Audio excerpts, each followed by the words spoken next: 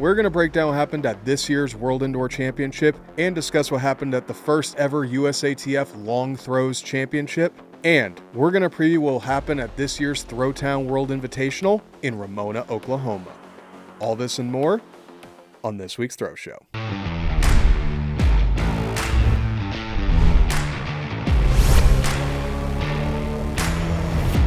Hello, everybody, and welcome to another episode of The Throw Show. I'm, of course, your host, Jason, joined, as always, by the People's Champ, Coach Sam Weeks. What it do? Sam, we're getting right into it today, but before we start with the video reviews on this week's Throw Show, we have a huge announcement.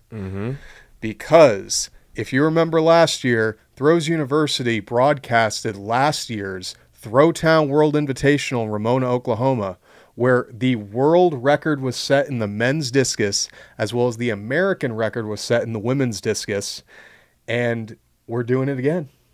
We're back for round two. In 2026, April 10th to the 12th, we will be broadcasting live on the Throws University YouTube channel this year's World Invitational in Ramona. We're expecting some fireworks. We're going to go a little bit deeper at the end of this episode as to what to expect, what we think the performances are going to be like, who's going to be throwing. But before we get into that, let's just share that you can now go on the Throws University YouTube channel. All of the stream links are live, and as you can see, we're going to be broadcasting the men's discus, the women's shot put, the women's discus, the men's shot put, hammer for both men and women, and a combined event in the women's and men's javelin. Sam, this is going to be really exciting. I'm so happy that we have this opportunity again to do this. The people at Ramona that make this event possible, like Caleb Seal, Don Milliken. It's awesome to be working with them again to put on the show. We saw a lot of success. We saw some big throws last year. Just from the idea that you get to see this live, at the comfort of your own home, like what can people kind of expect from the viewing experience of, watching Throwtown live? Yeah, so you're going to get a high quality live stream of this competition that will have live commentary by people who actually throw. Yep. So, the commentary is going to be very involved. It's going to be very specific to just the competition as a whole and obviously the athletes who are competing in it. Obviously we have several events, we'll be live streaming, all of the events. And I think the plus part is it's free. Yeah. Right? You don't have to worry about paying anything. It's going to be on the Throws University YouTube page. So, all you got to do is just head over to the page, click the link, and then you can watch the video, send it to a couple people, but it's totally free.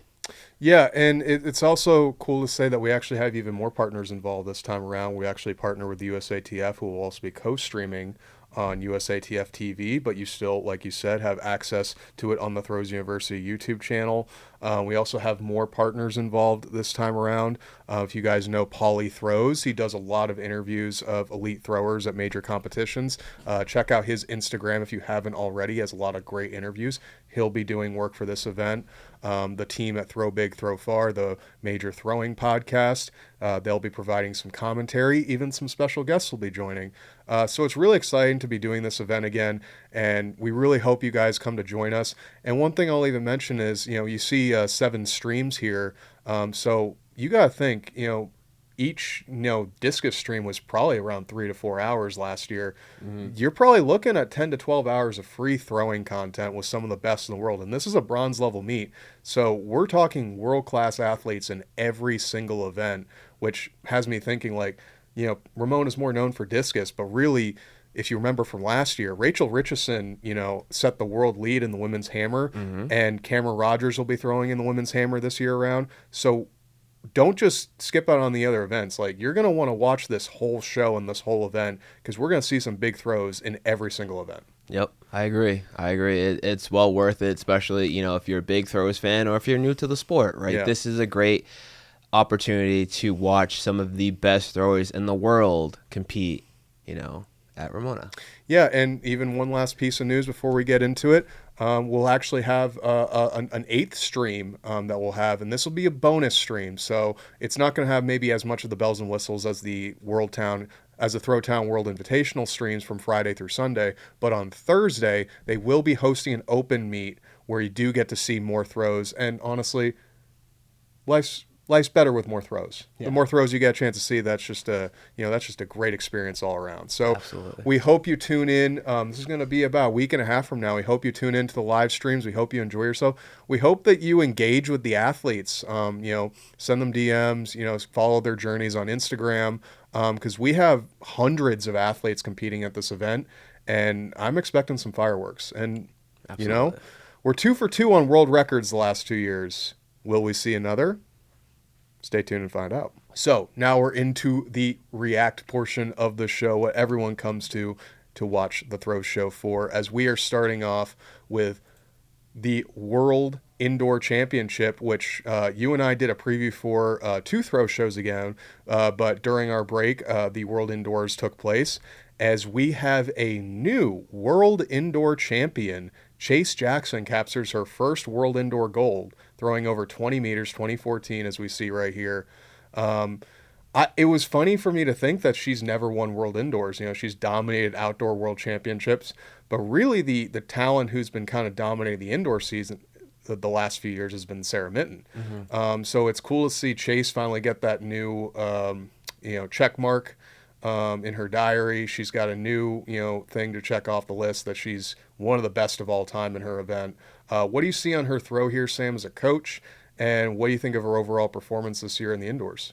Yeah, I think overall, she was smooth. I picked Chase to win it all, so I feel a little confident in my ability to pick.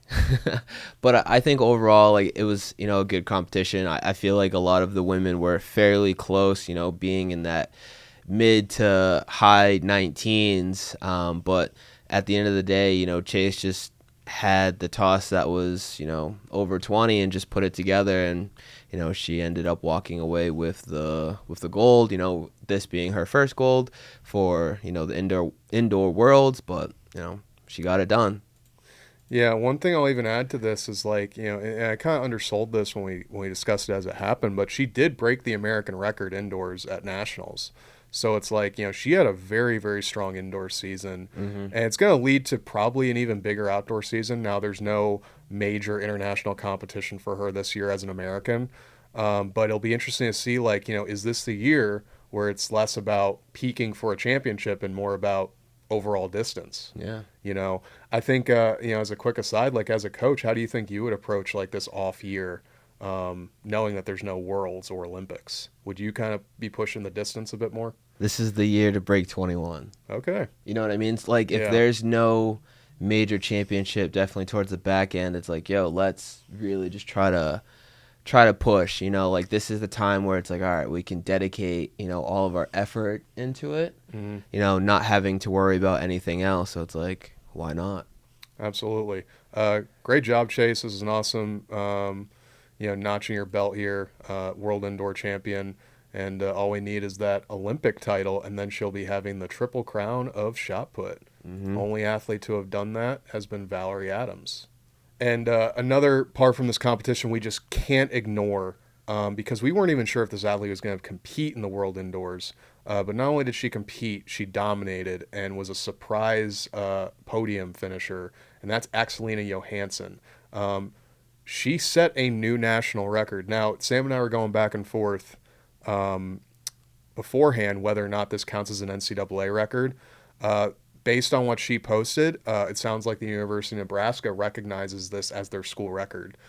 So this might be a new NCAA record, as she goes 1975, which is 3 centimeters further than her personal best, to claim bronze at this indoor championship. That's a huge throw. Yeah. And for how young she is, and the fact that she's still in the NCAA and she has a world medal, Yeah. that she's now putting herself into a class all her own at this point.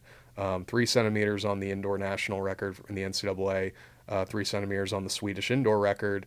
I've been singing the praises of Axelina's technique this whole indoor season. Mm-hmm. What do you think of this throw here, and what do you think of Axelina's performance? Yeah, no, this was a huge accomplishment for her. Obviously, Axelina has been pretty consistent, this whole indoor season. Obviously, dominating in the NCAA. So, clearly she was in really good shape going into this competition. And, honestly, I agree. Like, she kind of surprised, a lot of people, finishing third amongst a very talented, group of women competing. So I feel like just overall, like this was a huge, accomplishment for her.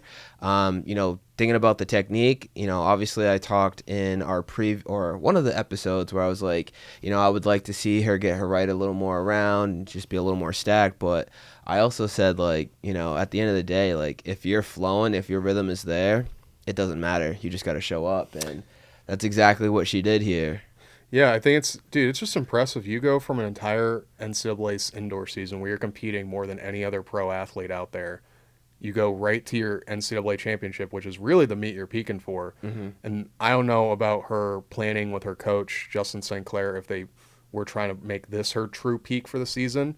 But I always kind of looked at this as like a bonus comp. Mm-hmm. And the fact that she just, rose to the occasion. And it's like, you're a world medalist. You're now one of the best in the world officially. You have the hardware to prove it. And it's going to be exciting to see, what Axelina does this outdoor season. I mean, dude, she's looking really good. She's looking very consistent over 1950. It would not surprise me if she breaks, 20 meters outdoors and gets a new NCAA outdoor record. Let's see it. Yeah.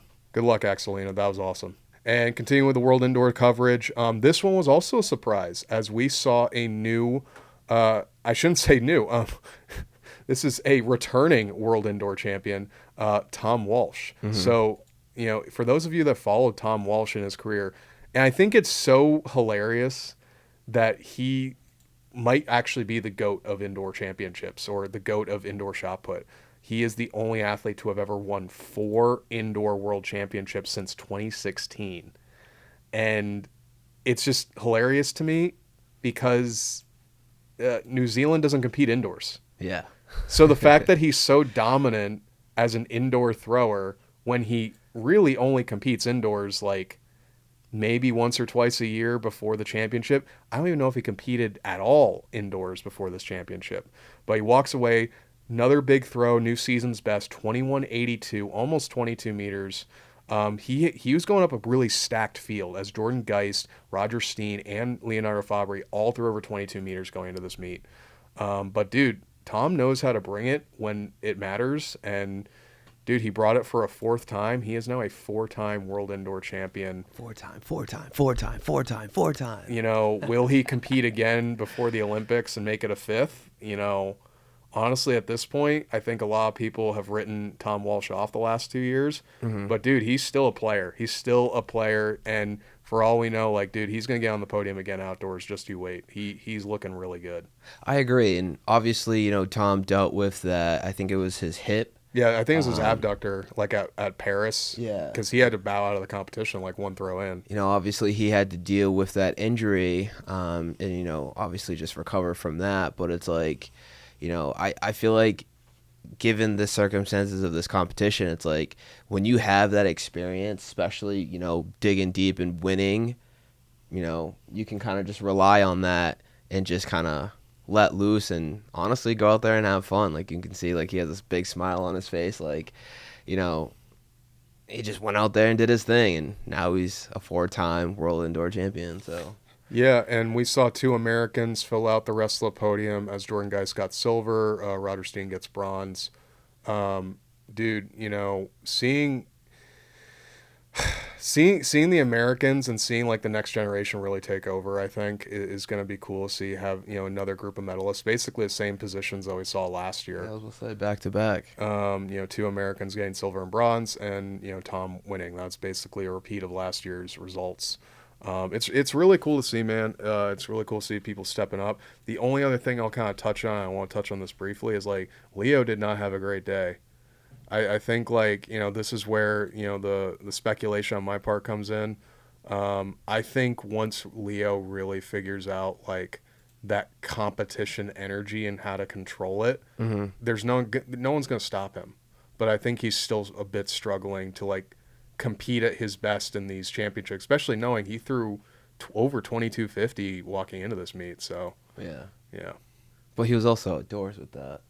He was outdoors, but Tom was also outdoors. That Tom, is I don't even fair. think That Tom is- threw. that Tom is didn't even fair. throw 21 meters outdoors before he walked into this meet. He That added is a fair. meter to his season's best. But he's a 4-time world champion. I mean, Fabry's been doing really big things for the last 3 years now, since 23. At No, the very that's fair. least. That's fair. But like I said, when you got that championship, like when you have that experience, you know, you can rely on that. Even if, you know, you haven't competed or had a great season going in, it's like, you know, the ins and outs, right? And you know how to, you know, put it together when it matters most. So that's my 2 cents.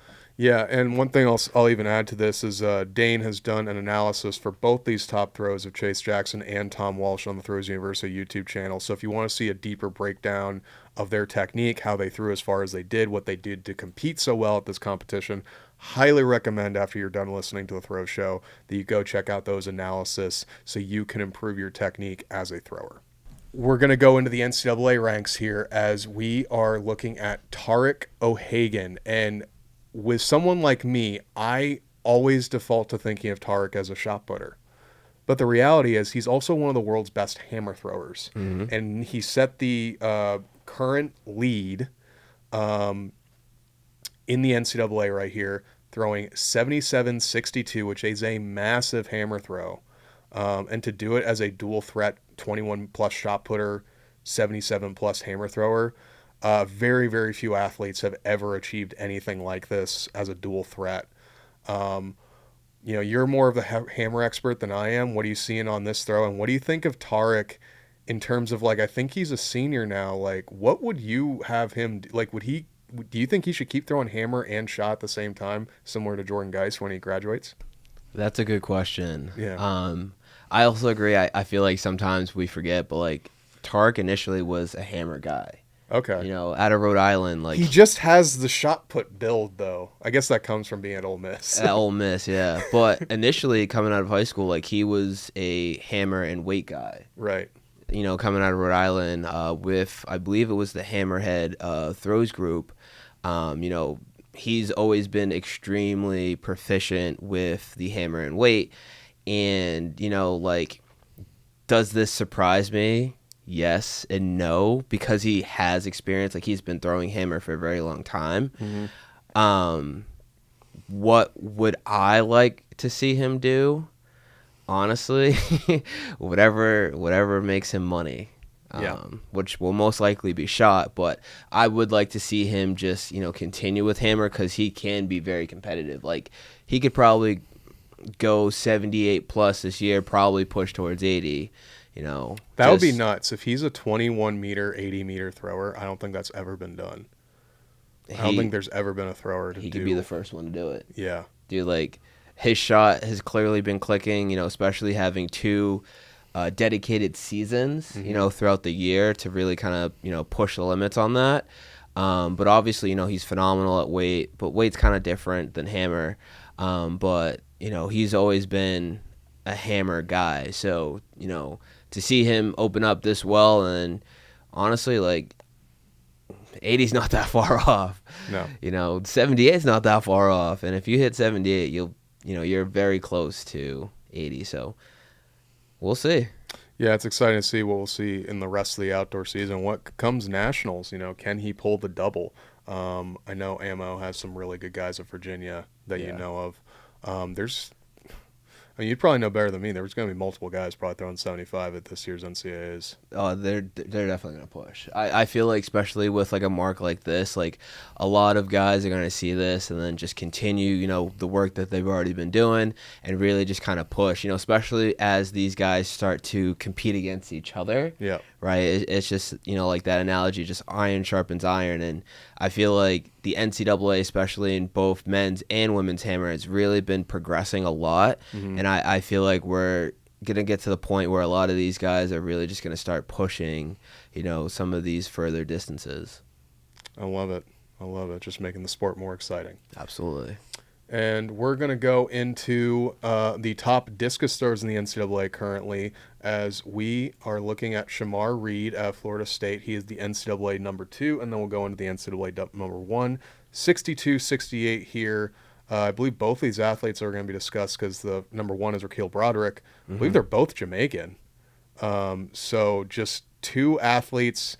Dude, I don't know what it is about Jamaica. Jamaica just pumps out discus thrower. It's a discus factory, that country. Yeah. And they all have such good technique. They do. Like, that's the thing that gets me, is they all...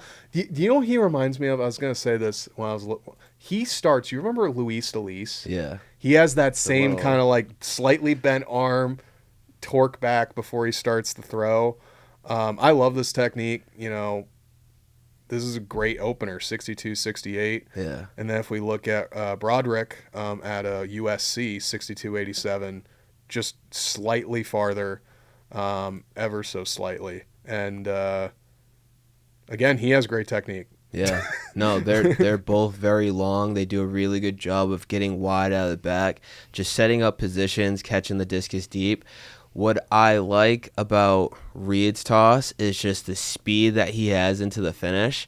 I feel like just, you know, as he continues to get quality reps, like he's going to, you know, continue just transferring more of that energy out of the back and into the finish, you know, resulting in a bigger toss. But I like both of their techniques. If you go back to the other clip, like with Raquel, he's very long. He's not as fast at the finish, but he does a really good job of maintaining positions and then just transferring all of that energy into the finish. And I feel like if these 2 guys just continue with what they've been building so far, they might push, you know, closer to like that 65, especially, you know, given like, you know, windier conditions or better conditions. Like, I know these guys are, you know, East Coast and you know, South respectfully, but I feel like, you know, you find that one meet where there's a little bit of wind,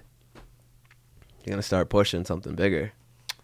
Yeah, well, he's got the benefit of the California weather, so he has good conditions. And also the news that we'll be discussing later heavily impacts the scope of what's going to happen at NCAAs this year. So stay tuned for that. If you know, you know. But yeah, there's honestly a chance maybe one of them can walk away with an NCAA title, which is absurd. And we're going to continue looking at discus, and we're actually going to go down to high school because, man, you know, we've been talking about this in the indoor season. Like, high school athletes nowadays look like professionals. Yeah. Their movement. It's insane. As we're looking at Simon Rosselli, who is a senior now. He threw 218 last year as a junior. Well, this is his opener at 210, 6 inches. You know, we were talking about Chris Marcel from Indoor Nationals in the shot put, that he might have a chance at pushing out close to the high school national record, which is 236. It'll be interesting to see because Simon Rosselli has the same claim in terms of shape-wise to be able to throw that distance. Mm-hmm. In the right conditions, these guys can both, I think, have the capability of breaking the national record. It's whether or not they can do it at an actual high school meet under high school regulations, so it actually counts as a national record. And the only reason I bring that up is because Ryan Krauser technically has the furthest 1/6 throw, but because he did not do it at a high school sanctioned meet, does not count as a national record. I love this Simon's technique. It's so far beyond the years I'm used to seeing a high school kid. Like this is a technique that you'd see at any professional throws meet in my mind. Absolutely. It's the same conversation, right? He gets wide, he gets a high point. You know, you could see at the end where it freeze frames into his catch position. Like, that is a textbook catch position. Yeah. Like, when we talk about like technical models, it's like, yo, you want to catch, you know, that discus at 3 o'clock if 12 is the back of the circle. And that's just going to allow you to work the discus on a longer path into the finish. And that's exactly what he does here. If you let it pause, like, look at that catch position. Yeah. I now realize that where I was pausing at. If you see that, he is super deep, right? And he just works it all the way around, and you can see it into the finish. Just all of that energy just gets transferred into the finish. And, you know, of course, it's going to result in, you know, a 210 toss. Like, I think what gets me the most is you just don't see athletes jump anymore. Like yes, you're right. Both feet are grounded. On the ground. The Look discus how far is the all disc the way back back, here. like- So if you guys, I know this might look really small on your screen, so like really just kind of look at where my mouse is. Look at where, like, this is a perfect position. Is he maybe slightly deep? But man, that is so slight. I think that's ideal. I would say if anything, that left shoulder could be back like a tad bit more, but like, and then that would just be more tension he has across his obliques and his hips. So 210, maybe bro. Like also, it's like once you're throwing these kind of distances with an implement that light, to me, it's like once wind plays a factor into it, gone. Yeah, it's such a big difference in regards to what your result can be, and that's. And then the disc starts turning over a little bit, and that's where it, increases the velocity a little bit more. Yeah. That's like 215, 218 right there. Yeah, I'm curious if Ramona actually has like a high school sanctioned meet that, like, if him and Chris Marcel were to throw in a meet like that, I think they'd both throw like at least 225 plus. Like it's pretty wild. Well done, Simon. I'm excited to see what you do this season, and just have fun with it. Like, don't put too much pressure on yourself. You're good. Keep doing what you're doing. You have a really good foundation of technique, and good things will happen if you feel good. Absolutely. And this was pretty cool. So we're looking at Romesh Taranga out of Sri Lanka, who throws 89 meters 37 to break the Sri Lankan national record, the world lead in the men's javelin. It's crazy. Like, and honestly, Sri Lanka is one of those small countries that is sort of coming up in track and field. Mm-hmm. I know a little bit when I was at Kansas State, like right as I left, the Sri Lankan high jumper came in, and I think he ended up winning NCAAs in the high jump. So Sri Lanka is definitely building up a really solid, competitive international track team. And a guy like this throwing 89 meters, following in the footsteps of, an Indian athlete like Neeraj Chopra. It's really cool to see like throws come to this part of the world and dominate. What are you seeing on his finish? Because, man, it looks like he's getting a massive stretch and huge pull on that javelin. You can see as he's going through his crossovers, he has that like little extra wrap there, which allows him to just get a little bit more of that pull into the finish. He slams his block really strong. He gets that great stretch, and everything just gets transferred through the point into the finish. Now, obviously going 89-37 this earlier on, I feel like, first, this adds him into the name of athletes who, we would think like, all right, they're going to go really, really big. But it's just like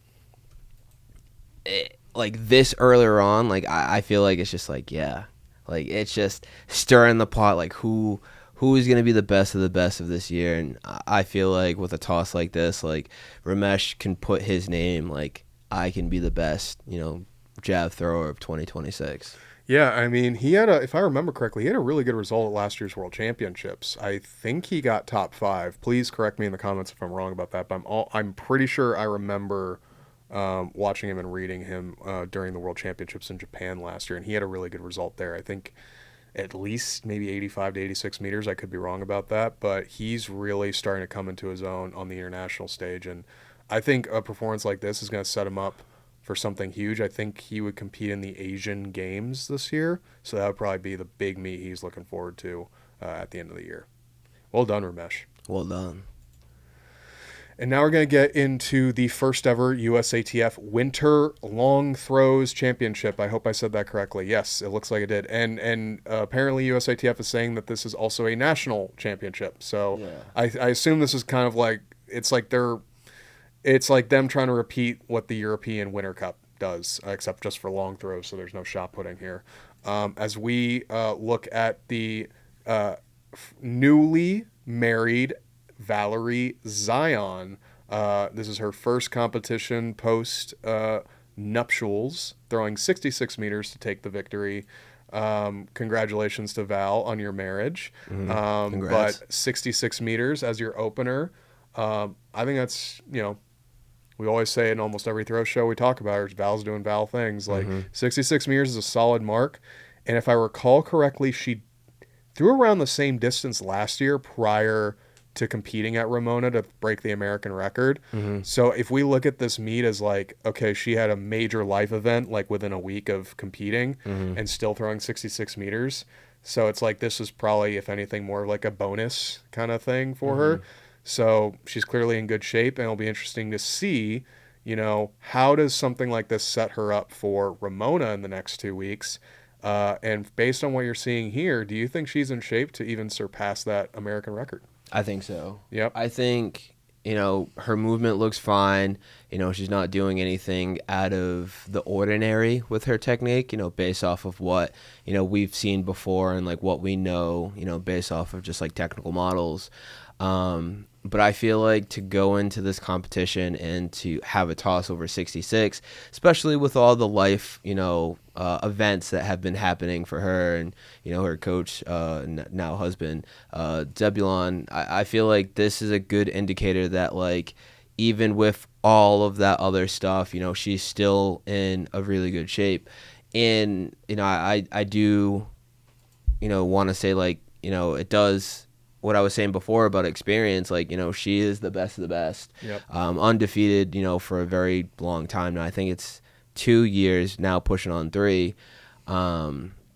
So, I feel like just with that experience just in general, like, it's like riding a bike. You just never forget. So Yeah. I feel like for Val, it's like a toss over 65, you just don't forget. Now, Yeah. obviously, there are times where, like, it might not happen, but just, like, what you have to do to get one out there. I mean, I don't even know if she's had a meet in the last 2.5 years below 65. Like, that's because I feel like on the very least, she's always come up to at least hit a 66 in most meets she competes in. So, yeah, I think one last thing I'll say regarding Val is I think you're entirely right about everything. And it's like, dude, she's at the stage now where she probably has the closest to a perfect technique that any discus thrower currently has, male or female. And because of that, it's like, to me, it's just a shape thing at this point. Her technique is going to be great 90% of the time. It's just, is she in shape to physically release the discus at the right meters per second that gets it to go 70 plus? Yeah, that's I fair. I think that's where Val is at in her career, and credit to her and her husband. They have done an incredible job at mastering the discus technique, and she is one of the very few masters of the movement in the history of the sport. So it'll be interesting to see her in person again and watch her hopefully throw a new American record in Ramona, which you can, by the way, check out live. But going on to the men's competition at the winter long throws, we saw Reggie Jagers, who is the defending national champion, throw 65.83 to take the W here. They seem to call it a national championship, so maybe he is another national champion. But Reggie's just one of those guys who, like, you count him out and he just always rises to the occasion at these domestic meets. And 65-meter opener, that's great for Reggie. That's clearly showing he's in good shape. And I don't know if he's going to be competing in Ramona simply because the wind is more catered toward right-handed throwers. But, if given the right conditions, this would not surprise me if this would be the year he finally breaks 70 meters. Yeah. I feel like when it comes to these bigger competitions with Reggie there, it's like you really can't count him out. No. Like, he has experience winning, especially when the field is very competitive, especially domestically. And I feel like, it's like you really can't leave the door open because he will, take that opportunity and, take a lead like he did here, going against, our guy, Sam Mattis. I feel like right now it's like whenever those two compete against each other, we're going to have a really good competition. It's going to be a back and forth of, who's going to hit, 65 first, who's going to hit, 66 first, and essentially who's going to walk away with the win. And I feel like right now, especially like the last like year or two, we've been getting a lot of these matches, and it's just been like very exciting to watch as, a spectator and as a fan. Obviously with Reggie kind of walking away with the win here, it was as a back and forth between him and Sam. I think Sam opened up big 64 initially. Yeah. And then it was a back and forth between them two. And then Reggie hit, I think, 65 first and kind of just coasted with that mark. Yeah, and I think the only thing I'll say here is, dude, I actually really like Reggie's technique here. Sometimes I'm a little iffy on Reggie's movement. This one I really like. This, I believe he is still working with Coach Martin at USC. So he obviously has a very, very good template model for discus technique. And I think he's really sharing that with Reggie. I almost think Reggie might be getting into some of the best movement of his career. So that'll be interesting to see whether or not he competes in Ramona or not. This outdoor season, I think we can expect some big things from Reggie. Absolutely. Continuing the long throws, you just discussed our boy Sam Mattis. He threw here. He got second place, throwing just short 65 meters. I think it was like 64.80. Solid opener for Sam. I've been seeing his training, and to me, he looks to be in the best physical shape he's ever been in at this time of the year, which has me excited. I don't think his movement looks as good here as I've seen him in training, which has me excited to be like, okay, if he can dial in that movement, because I know he is competing in Ramona, and he came very, very close to breaking the American record last year, just only a few centimeters short. I look at Sam here, and I'm like, I think he could have thrown further, but at the same time, like, having an opener at just around 65 meters in March, it's hard to complain with a result like that. You know what I mean? Yeah, absolutely. I also have the privilege to train with Sam, so I get to see him train almost every day. And, the last 2 weeks leading into this competition, I feel like just watching him throw 65 plus at the high school that we train at, which is a very tough place to train at, to be honest. Yeah, it's not the best place for optimal results. It's not ideal at all. But Sam has really been piecing things together, and I've been able to witness firsthand him just smack tosses, past 65 very consistently, which I don't feel like I've seen him this consistent since I've been down here, and this is going on my third year. So, he's in really good shape. I know him and Dane have really been trying to crack the code with his technique, really just trying to address some of the smaller things. So, he can optimize his toss as much as possible, so when he does go to Ramona, he can break that American record. I know there's 2 categories with that, but just be in a position where he can dominate that record outright and just claim it for himself. So I think, this was a great opener, and I feel like just kind of rolling off of that, leading into Ramona, I think he's going to be in really good shape to do something big. Yeah, it's going to be exciting because once we preview that event, the amount of names that have thrown over 70 meters going into that competition is insane. And just knowing Sam as well as we do, knowing he's in really good shape, and honestly, this being a very solid start to the season, seeing where he can go next. And continuing with the long throws championships, our boy, Rudy Winkler, he has been pretty much sitting atop of U.S. hammer throwing for the last few years now. He had the best season of his life last year where it was 9 out of 10 meets he'd be going 80 meters plus. And he starts off this season in the same light, 80 meters 60 to take the victory here. Rudy unfortunately did not have the world championships he was hoping for. It also turned into the greatest world championship field in the history of the sport. So we're 4th place, got 82 meters. But we know what he's capable of. And to see an 80-meter throw at this time of the year, what do you think of his technique, and what do you think of this for the rest of the season? Yeah, no, he looks good. Obviously, I'm a big fan of Rudy. I got to see him compete in New York, I want to say, 4 years ago, and it was, mind-blowing how fast he is throughout the circle. Like I said, that was 4 years ago, and it's he's still...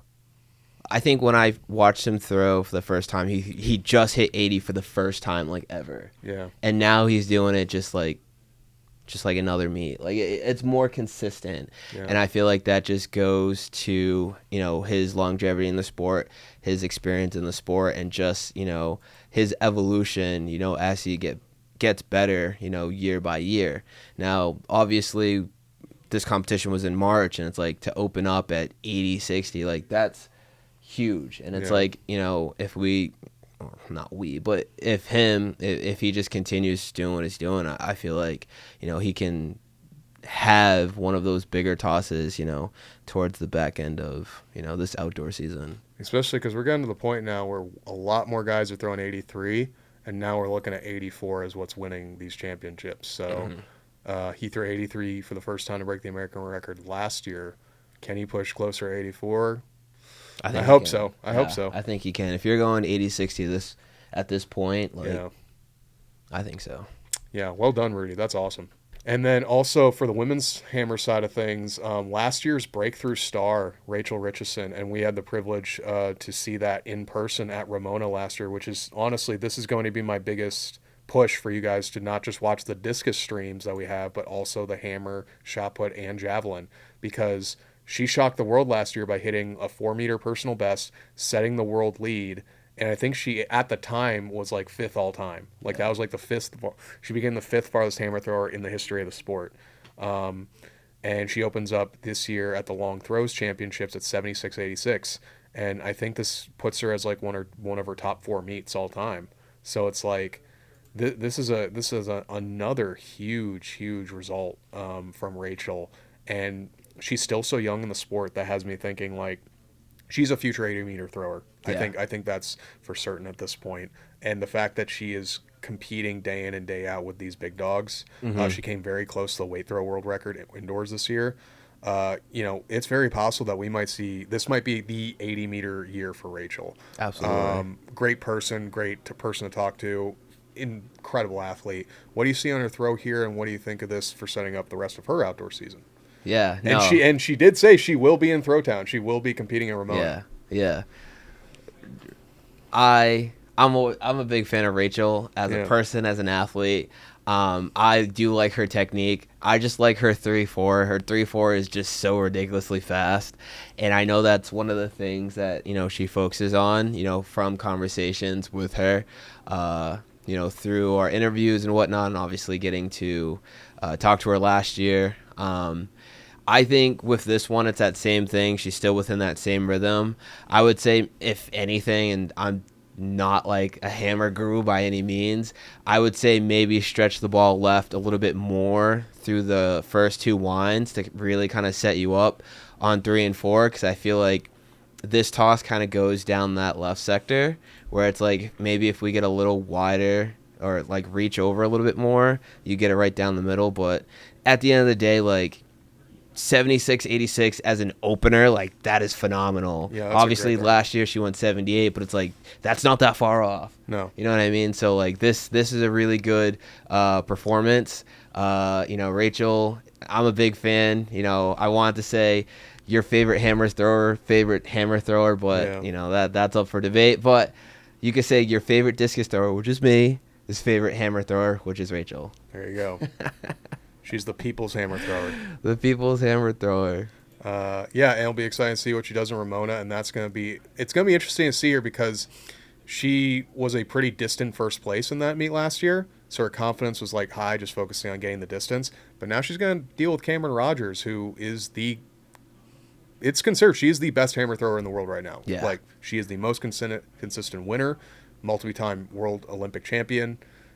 You know, it's going to be a dogfight between those two. But, you know, if there's one athlete right now that could probably go out and beat Cameron right now, Rachel has a very, very good shot. Okay, so now we're getting into the preview of Ramona. But before we can get into that official preview, we have some news that we need to address. And we kind of foreshadowed this earlier in the episode by discussing the NCAA men's discus and how Raquil Broaddick could and the athlete from Florida State could be winning the NCAA title. That's because the front runner for the NCAA title, he cannot get a break in college track and field. So Alca tore his pec, so him and I share that in common. We both have torn left pectoral muscles. And I'm hoping to get mine fixed in the next few weeks. And he tore it, and he is likely out for the rest of the season. Or if he does come back, it's like an 8-week recovery period. But like he's not really going to be able to lift intensely. So let's see. He had his surgery. This is March 23rd. He officially had the surgery. 8 weeks from then would put him at the end of May. So that would give him about 3 weeks, I think, 3, maybe 4 weeks of solid training to get ready for, well, only 2 weeks because he has to go to, actually, I guess he only has 1 week because he needs a qualifying mark to get him to regionals, and then he needs to qualify out of regionals to get to nationals. Yeah. So he might literally just be done with his rehab and then just immediately get into a meet, qualify for regionals, which wouldn't be hard for him. He could probably stand throw and hit the regional qualifier, if we're being honest. Yeah. But he still needs to fight his way out of regionals and for the national championship. My question to you, so I guess before we get into it, he won't be at Ramona, so the returning world record holder will not be able to defend his world record. There is a chance that someone else might take it from him. But from the NCAA perspective, do you think Alca will be back in time? And do you think, like, what would he have to do to finally secure a national championship? Or do you think he should take a medical red shirt and just stay another year at Oregon and then save it for next year? Yeah, so that was my initial thought is like, is it worth it? Yeah. Obviously for him and his camp, it's like, is coming back this year, worth it? And from my perspective, I don't really think it is. I personally would have him redshirt this season, and then I would take the medical. I would bring him back next year. Try to rebuild, especially with the major championships of the following year. It's like, let's kind of just chop this year for what it is. Luckily, it was his left pec, and he's right-handed, so it shouldn't disrupt his finish as much. Obviously, I'm sure he has a great doctor that helped repair him. I tore my right pec, and it made throwing a little more challenging. Yeah. Especially with some of the strength training and some of the preparation into throwing. But I was able to get to a point where I could return near 100%, tearing my right pec as a right-handed thrower. Alca tore his left pec, so I don't think that's going to affect his throwing as much outside of just taking time away from his preparation. So I think it just comes back to, like, is it really worth it? And I don't think it is. I would personally redshirt and then obviously gear up next year. It blows, it stinks, but it's one of those things. It's a new chapter in his book, and I know that he's surrounded with the right guidance and the right people to help him, take these steps forward. So it stinks, but I wish him a speedy recovery and nothing but the best. I actually think it's going to be a smart business move to take a medical red shirt as well, because then that's one more year you're at Oregon. Mm-hmm. And if this was 10 years ago, I would probably be like, oh, man, that sucks, but you're going to make a lot of money as a professional discus thrower, so just go on and move on from college. But he's making decent money as a collegiate athlete right now, and I would like to, if I were him, I would try to extend that contract, and that's where I think the medical red shirt is beneficial. They can make a documentary of they totally should. And Oregon totally would have the recovery. resources be Yeah. like Oregon, if you're watching, or anyone from the throws team, talk to your media department. Sam's right. That would be freaking awesome. Like the rebirth of the world record holder. Like how often does an NCAA team have an active world record holder in never, probably not since the 70s that you'd see stuff like that. He's the current world record holder, and he might have another year. And if you were to detail that journey to recovery, especially because he hasn't won an NCAA title yet, he is that do it. That's just do it. Yeah. It'll be great. I think track fans would love it. Even non-throws fans, I think, would love it. Could he complete the story? Boy, I hope so, man. I've been pushing for him to try to win that title for the last 3 years, and it hasn't happened. And it's even last year when he was in the best shape to be able to do it, the fact that Ralph Mullings came out and threw 69 meters. These are distances were unheard of in the NCAA only 7 years ago. And now it's we're seeing guys push out 70 meters regularly in the collegiate level. So it's I don't know, man. I think he can do it. I want him to do it. Like, I personally just want to see it. And as another Ramona preview, while we don't have Alekna this year, we have, a new challenger has emerged in Christian Cheh. Now, we were hoping Christian Cheh was going to throw here last year, end up having to pull out, but is doing like a 4-week long training camp in Ramona, if I'm correct about that. This was his second competition. His first competition, he went 68 meters.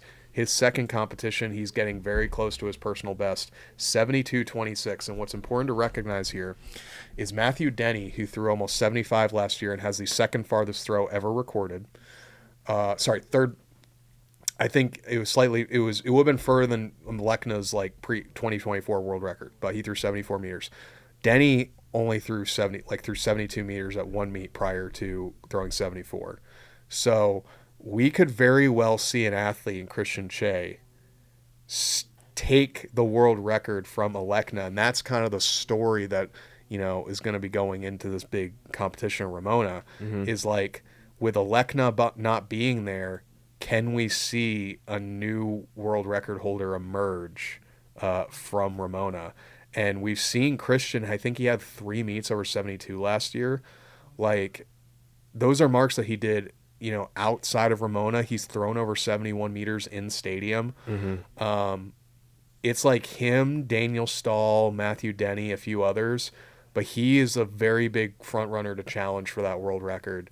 And honestly, looking at him here, like, I've always liked Christian's technique. Dude, he might do it. Like, what do you see on his movement here? And do you think we could see another 75-meter throw, come 2 weeks from now? I think Cheh being here definitely puts his name in the pot of athletes who could potentially break this world record. Yeah.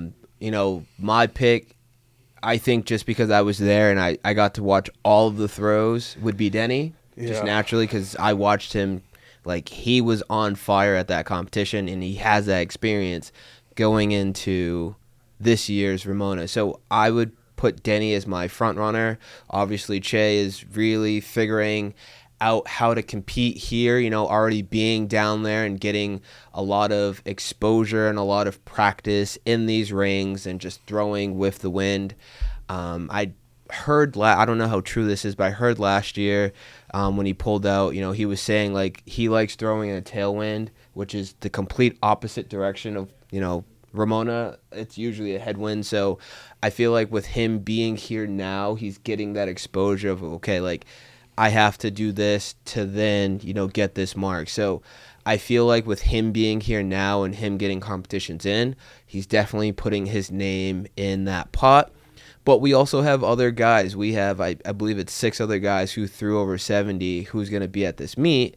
And it's just like, dude, any of those guys could go in this competition at really good shape and take advantage of the win and push towards that bigger mark. Yeah, I think before we move on to, like, our official predictions, what do you see on his movement here? I think he's a little long here. Yeah. I know he offsets a little bit to his right, but I think his right lands a little past what would be the middle, compared to his stance, which, I feel like does take away from the finish a little bit, because when he reverses, his weight shifts slightly to the left. So it's like, if he gets down a little bit sooner, maybe he's stacked for a second longer and then gets more pushing into that finish. But that's an easy fix. And I feel like with him being there, like, he could do that. I think my question is, and maybe I'm wrong about this, but it looks like he has a shorter sweep leg than he used to out of the back. Am I incorrect? Has he been doing that for a long time now? Or I'll be honest, I don't remember off the top of my head. Yeah, I guess because I have a vivid memory of how he looked when he was working with Cantor. But I can't remember if on his throws from last year, because he did not have a good world championship. Yeah. Like, if he was doing, like, this shorter sweep, because I personally like the wider you get your right foot out over your left side, like over the circle, the better. but that's almost kind of like a little pull in. Yeah, it almost kind of reminds me of like a John Powell kind of entry. If that makes sense. I don't know if you watch much John Powell. Just a little bit. But yeah, he no, it'll be interesting. I mean, dude, the guy won 72 at Ramona with no competition. What's he gonna do when because that's the thing, Caleb is gonna set those guys up in the best way possible for big throws. Yeah. So, he probably optimized it a little bit to Cheh, but like you said, Cheh's probably in that period right now where he just wants ring time at Ramona, so he can get a feel for how these wins actually affect the implement. Yeah. But yeah, it'll be interesting to see. And if we go and look at the actual preview for who's competing at this championship, we're going to start with the women, and we're just going to focus on the discus throws for this one because that's kind of like the main event that people really want to see. Still, check out those other events. Again, I think the battle between Rachel Richardson and Cameron Rogers is going to be amazing. You're going to see two of the best in the world go at it, and maybe we'll even see an 80-meter throw because they're both in phenomenal shape. But if we look at the women's start list right now, now no longer Valerie Allman, Valerie Zion is ranked number 1. She set the American record there last year at 73.52. Jorinde Van Klinken, who I do not believe has thrown at Ramona yet. I was there to witness when she threw 70 meters in college. That was really cool. So I know she does well when she's in wind. But then we have Jay Ulrich, Veronica Fraley, garage strength zone Gabby Jacobs, the NCAA champion from last year, Sierra Jackson. We have Melina Robert-Michon, who I'm excited to see again because I think she could break the world record for masters, which I believe is over 64 meters.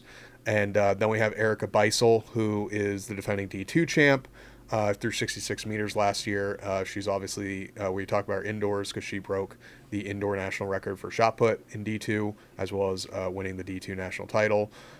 Based off this start list here, we have 9 women with PRs over 66 meters competing in this competition. What do you expect to see, and does Valerie surpass her own American record?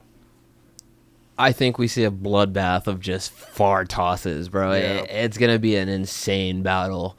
Dude, like you said, we have 9 women over 66. And, all of the top 9, I personally follow all of these women. And, I every once in a while, they'll share their training. And, from what I was able to see, they all look really good, movement-wise. Yeah. So, obviously, I don't want to say we're peaking for Ramona, but a lot of these women are going to come into Ramona in really good shape, and I think it's going to be a spectacle that is going to go absolutely insane. Now, will Val throw 73 again? I think so. For whatever reason, I want to say she challenges the world record, which is 76. Ridiculous. So for those that don't know, the women's world record in discus is the only women's world record in track and field that is farther than the men's world record. Yeah. I feel like... So she needs to add 3 meters to her personal best. Yes. And she added, I think, 2.5 meters to her 2 meters to her PB. Yeah, being at Ramona last year. Yeah. She has the experience of Ramona. She has the experience now. She didn't have that before. Yeah, she knows what she has to do. I'm sure that her and Zeb have planned, based off of that information. I would love to see it. Will it be done? Who knows? But well, I think what's worth even mentioning, I think she only threw 66 meters going into last year's Ramona event too. So, she did do a meet prior to that competition at Ramona, so she did one a week prior in Ramona, get used to the circle. Yeah, it'll be interesting to see because she does have that experience. She knows what it's like now, but she maybe doesn't have as much ring reps going into this competition. What about Jorinde? Because I think Jorinde could throw a personal best. It's been a couple of years. I'm actually excited for Jorinde to be there because Jorinde has been just that thrower who's been really consistent at the major championships, really pushing far marks out there.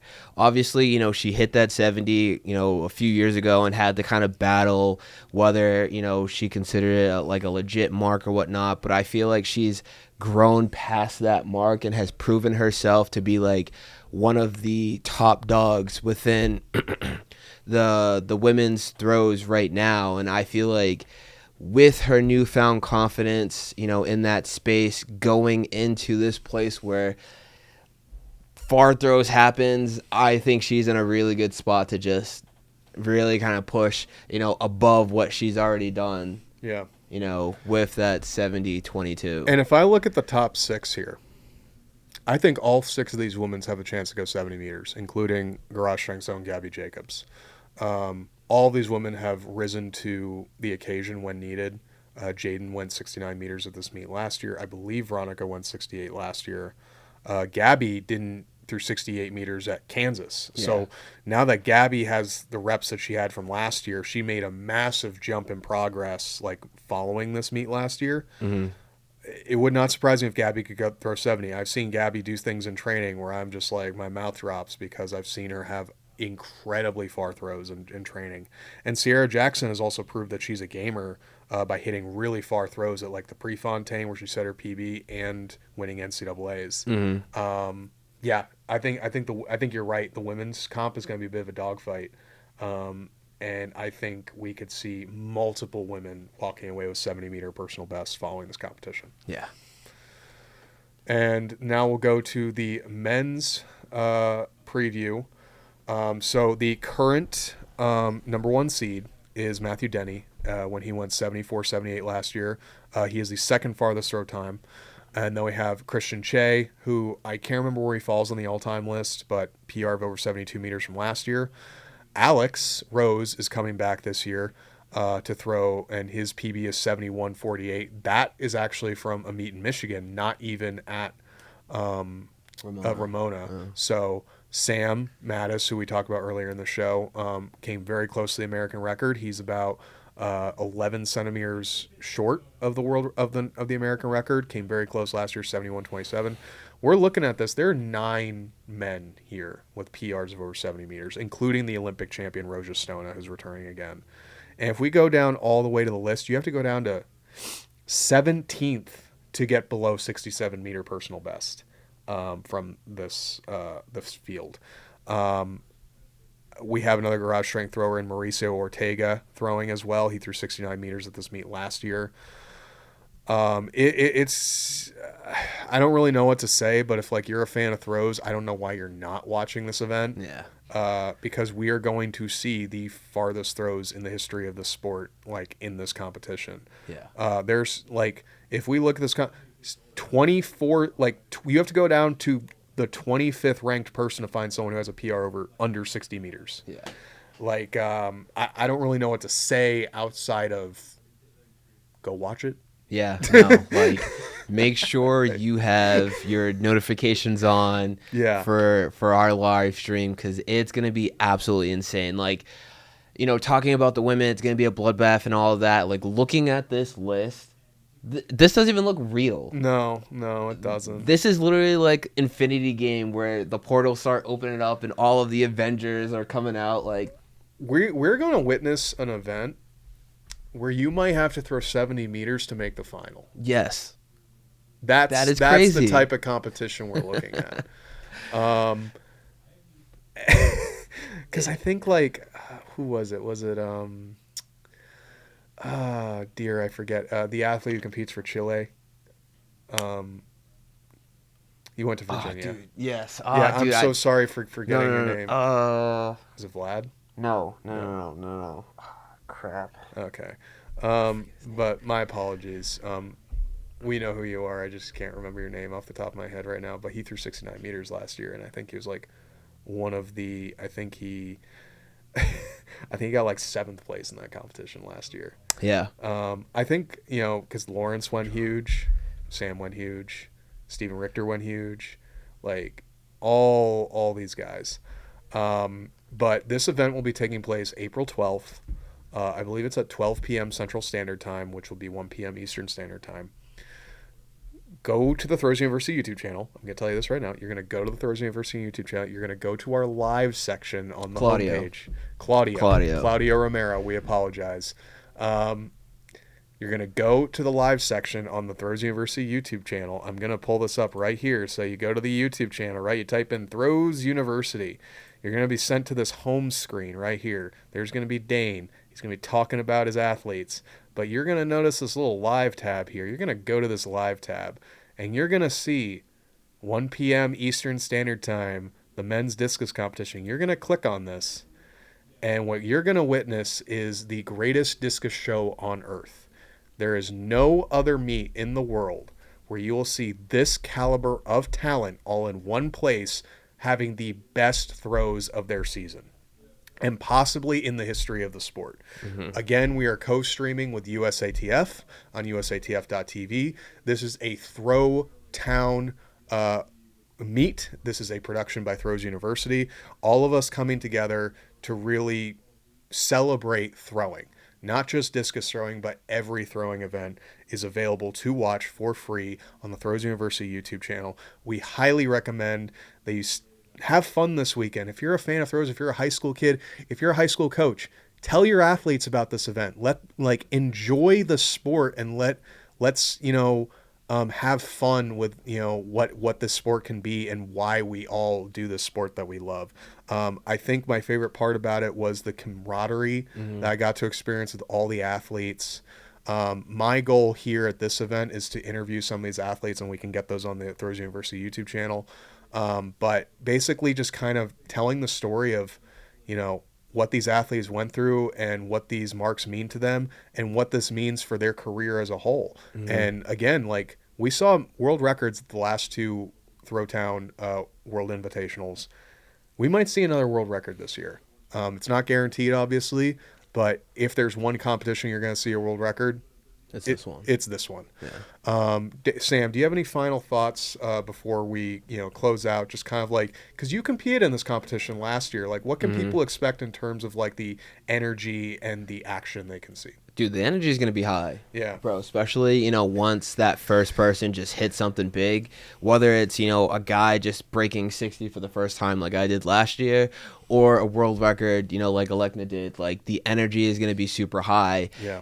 And it's just going to be extremely fun, right? Obviously, the commentators are going to add a lot of just, knowledge to what's going on at live time, but they're going to be talking through things. You're going to hear their excitement. You're going to see all the excitement from all of the other throwers. If you watch the videos that Jason has helped produce on Ramona the past 2 years, you'll see when Yaime hit her big mark, we all popped off, right? Yeah. When Sam hit his mark, we popped off. When Alca hit his mark, with Denny, all these guys, when they hit their marks, it was exciting. It was fireworks. And I feel like that's something that you're going to be able to witness, obviously not in person if you're not there, but through this live stream. So I wouldn't miss that for the world. Yeah.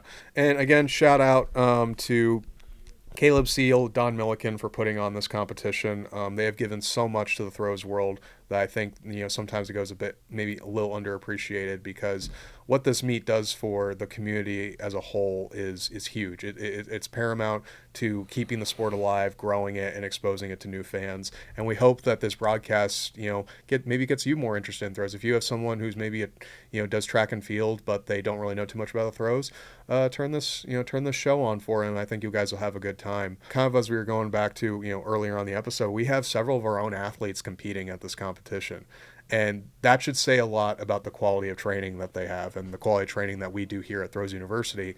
And you can actually train with us. Coach Sam Weeks, it's in his name. He's Coach Sam Weeks.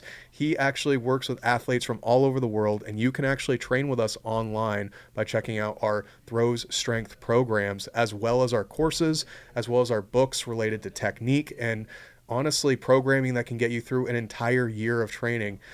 Sam Weeks, you work with these programs, you work with these athletes one-on-one. What can people expect from the online throws training at Throws University? Yeah, I mean, they can expect world-class training, right? Obviously, I'm here with Dane, and I'm learning with Dane.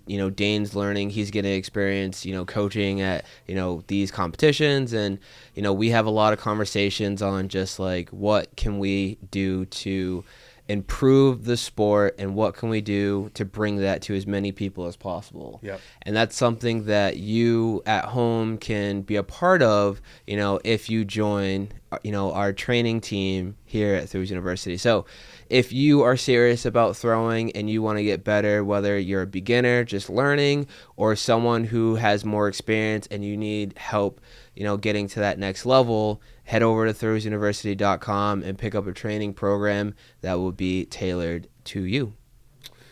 Love to see it, Sam. We also have courses and we also have books that if you're a coach and you want to improve your ability to learn about cues or even a whole program that actually sets your whole high school team up for success. We also have the Perfect Throws season. And all of these products are linked in the description below of this YouTube video. So click the link down below. Check them out. Head over to throwsuniversity.com so you can drop some bombs. Peace.